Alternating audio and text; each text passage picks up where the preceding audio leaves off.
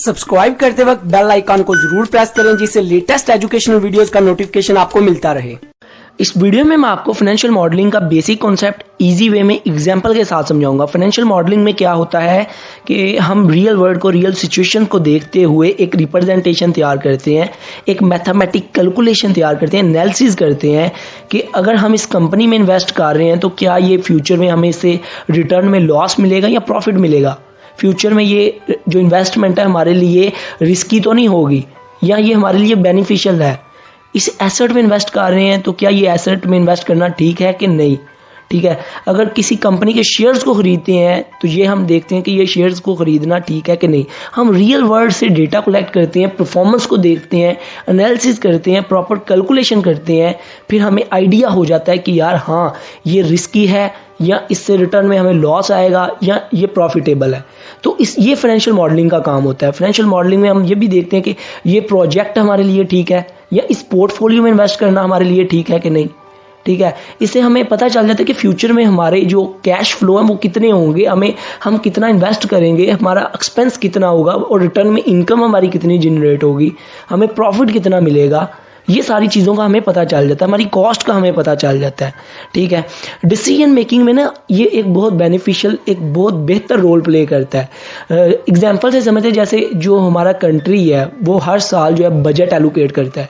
ये जो बजटिंग होती है ना, जिसमें वो बताते हैं कि इतने % हमने एजुकेशन पे इन्वेस्ट करना है, इतने % बजट जो है वो हमने कंस्ट्रक्शन इंडस्ट्री के लिए एलोकेट किया है, इतने % बिजनेस कम्युनिटी के लिए एलोकेट किया है, इतने % हमने आर्मी को बजट देना है, वो वेपन्स खरीदें, पुलिस को देना है, ठीक है। ये जो जितना भी वो बजट एलोकेशन करते हैं कि इतने पैसे हमने इतने पैसे इसको देने, इतने इसको देने, तो ये जो बजटिंग है ना, ये भी फाइनेंशियल मॉडलिंग की एक एग्जांपल है, ठीक है। इसको हम फाइनेंशियल मॉडलिंग बोलते हैं।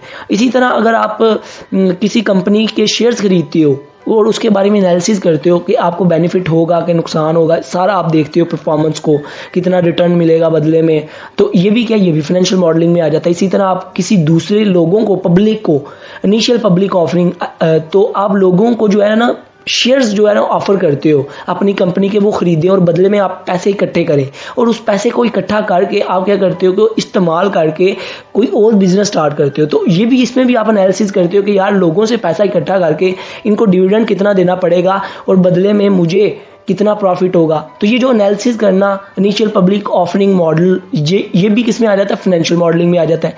इसी तरह मर्जर मॉडल में क्या होता है कि आप देख रहे हैं कि किसी दूसरी कंपनी के साथ आप मर्ज हो रहे हैं, इकट्ठा हो रहे हैं, मिल के काम कर रहे हैं, कंपटीशन खत्म हो गया है, तो आप एनालिसिस करते हैं यार इसके साथ मिलने से मेरे कस्टमर बढ़ेंगे, मार्केट शेयर बढ़ेगा, क्या मुझे ज़्यादा प्रॉफिट, पहले से ज़्यादा प्रॉफिट होगा कि नुकसान होगा। आपने एनालिसिस किया है, रिटर्न में मुझे क्या मिलेगा और मुझे कितने पैसे इन्वेस्ट करने पड़ेंगे इसको साथ हायर करने के लिए। तो ये भी क्या है, ये भी फाइनेंशियल मॉडलिंग है। तो ये इसका छोटा सा कॉन्सेप्ट था। आई होप आपको क्लियर हो चुका होगा। वीडियो अच्छी लगी हो तो सब्सक्राइब और लाइक करना मत भूलिएगा। अपना बहुत ख्याल रखिएगा, दुआओं में याद रखिएगा। Good bye.